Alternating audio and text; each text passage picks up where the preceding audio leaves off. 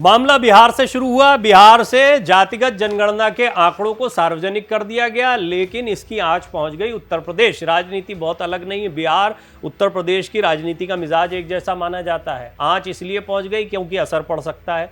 जातिगत जनगणना के आंकड़े जो सार्वजनिक किए गए, उसका महत्व क्यों है, उस महत्व को समझिए। उसके आंकड़ों की बड़ी संख्या के आधार पर पिछड़ा, अत्यंत पिछड़ा, ये बहुत बड़ा वर्ग है।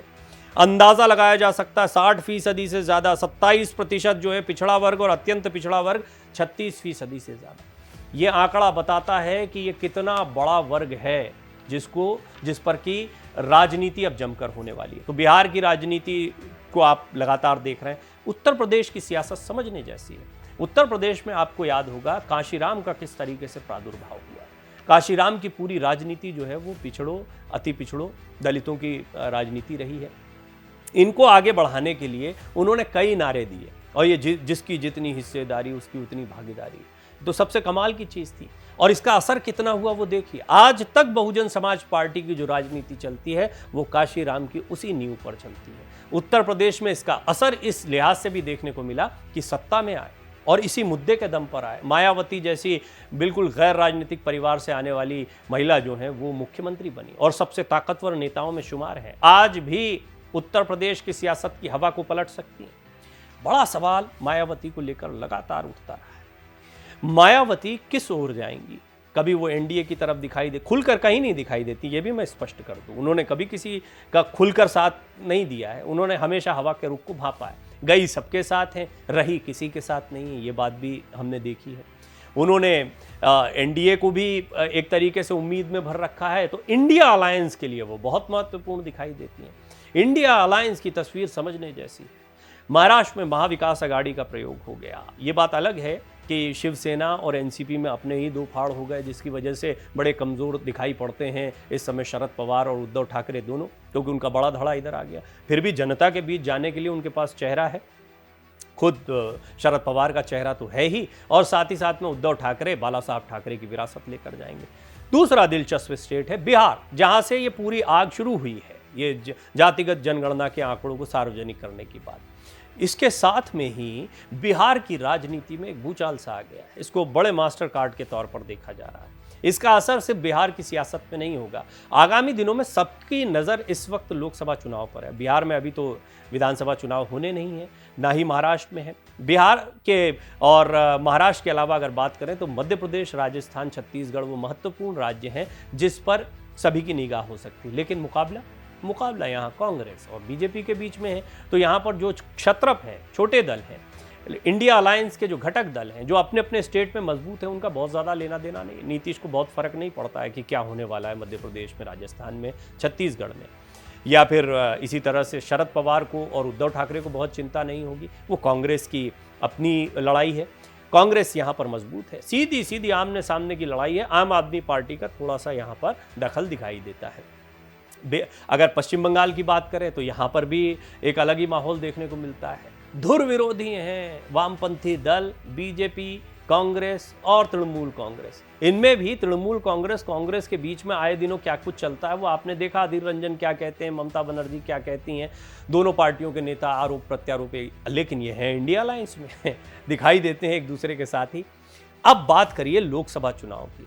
लोकसभा चुनाव में ये जो दांव खेला गया है, इसके बाद अब एक बात तो तय हो गई है कि ममता, अरविंद केजरीवाल और जितने भी नेताओं का मैंने नाम लिया, चाहे वो लालू नीतीश हो या इधर उद्धव और शरद पवार हो, ये सब इंडिया अलायंस के खेमे में दिखाई देते हैं जब लोकसभा चुनाव की बात होती है। लेकिन उत्तर प्रदेश की सियासत में फिलहाल समीकरण दो लोगों के बीच में दिखाई देता है, अखिलेश यादव, राहुल गांधी, या फिर समाजवादी पार्टी, कांग्रेस कह लीजिए।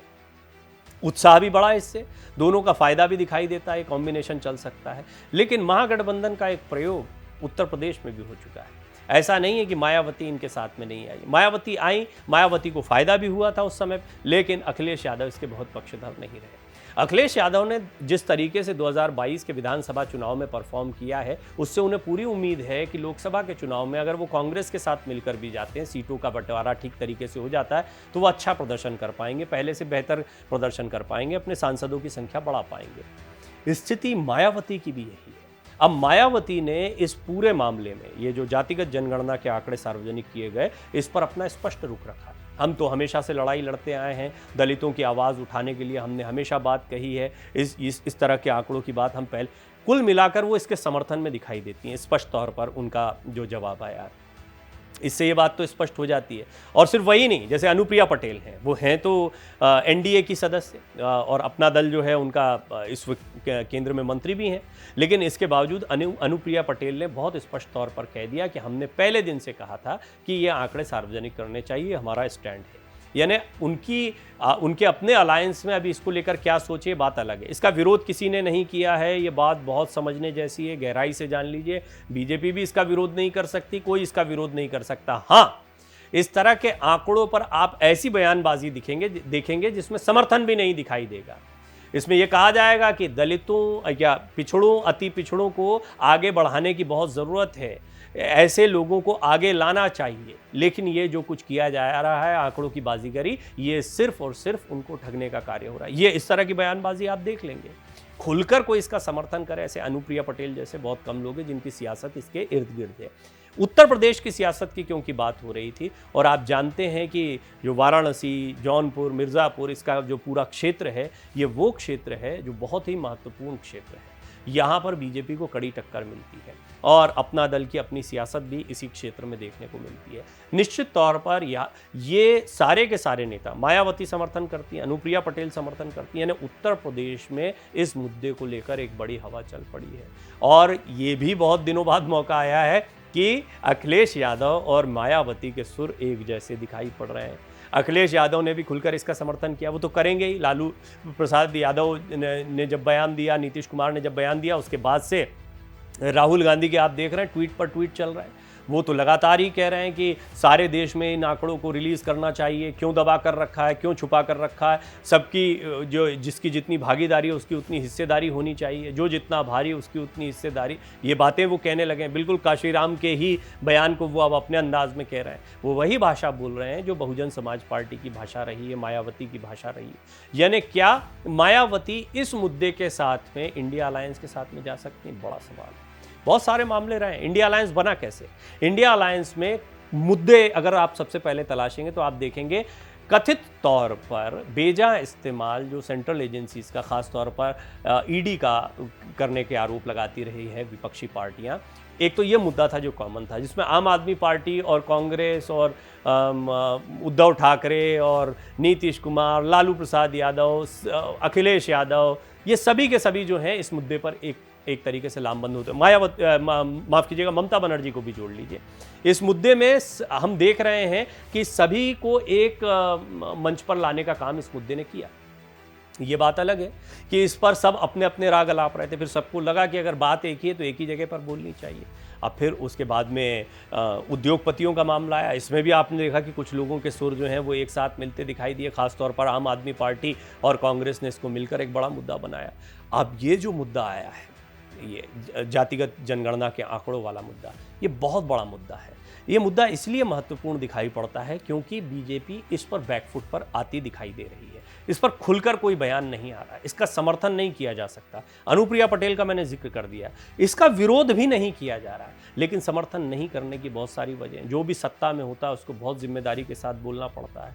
विपक्ष कई मुद्दों को उठाता है और बाद में जब सरकार में आएंगे तो हम देखते हैं कि कई चीज़ें कितनी लटकती आती हैं। कब से महिला आरक्षण की बात कही जा रही है, लेकिन आज तक महिला आरक्षण जो है वो आ नहीं पाया था। अब महिला आरक्षण को कानून में तब्दील करने का दबाव बनाया जा रहा है उसी विपक्ष की तरफ से। उनको भी मौका मिला था कई बार, उनकी अपनी मजबूरियां थी।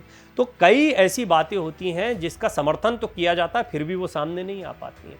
ये जो आंकड़े रखने का काम है, ये भी एक ऐसी चीज़ है। ये इतना आसान नहीं होगा, सत्ता में कोई भी आ जाए, हालांकि नतीजे क्या होंगे कहना बड़ा मुश्किल है, लेकिन फिर भी कोई भी सत्ता में आ जाए उसके लिए इनको लागू करना इतना आसान नहीं होगा, क्योंकि इसके लागू होते ही आमूलचूल परिवर्तन हो जाएगा। आरक्षण में जो आप फंड्स करते हैं, जो इन लोगों को बेहतरी देने के लिए आप फंड्स रिलीज़ कर रहे हैं, उसका इतना बड़ा बोझ पड़ेगा कि किसी भी सरकार के लिए ये एक बहुत बड़ी चुनौती साबित होगी। इसके बहुत सारे पहलू हैं, जो तकनीकी पहलू कह सकते हैं आप, लेकिन जब विपक्ष के पास मुद्दे की बात होती है और आप विपक्ष में बैठे हुए हैं, आपको सत्ता पक्ष को घेरना है, तब ये एक निश्चित तौर पर बड़ा मुद्दा दिखाई देता है। मायावती के पास भी यही बड़ा मुद्दा है, राहुल गांधी के पास भी यही बड़ा मुद्दा है, अखिलेश यादव के पास भी यही बड़ा मुद्दा है। उत्तर प्रदेश की पूरी सियासत में इसकी आँच साफ साफ देखी जा रही जो बिहार में हुआ है। क्या ऐसे में मायावती के दरवाजे इंडिया के लिए खुल सकते हैं? और इसीलिए मैंने मुद्दों का जिक्र किया, क्योंकि ये मुद्दे एक मंच पर कई विरोधी दलों को साथ में लेकर आ गए। मायावती एक ऐसा राजनीतिक दल है, या बहुजन समाज पार्टी, जो अभी तक अपने पत्ते नहीं खोल रही है, लेकिन उत्तर प्रदेश में वो किस तरफ जाती हैं, इससे बड़ा असर पड़ सकता है। हालांकि बड़ा मुश्किल है, क्योंकि सीटों का बंटवारा उनके साथ में करना इतना आसान नहीं होता, उनकी सियासत करने का तरीका अलग है। फिर भी एक रास्ता खुलता है, एक दरवाज़ा खुलता हुआ दिखाई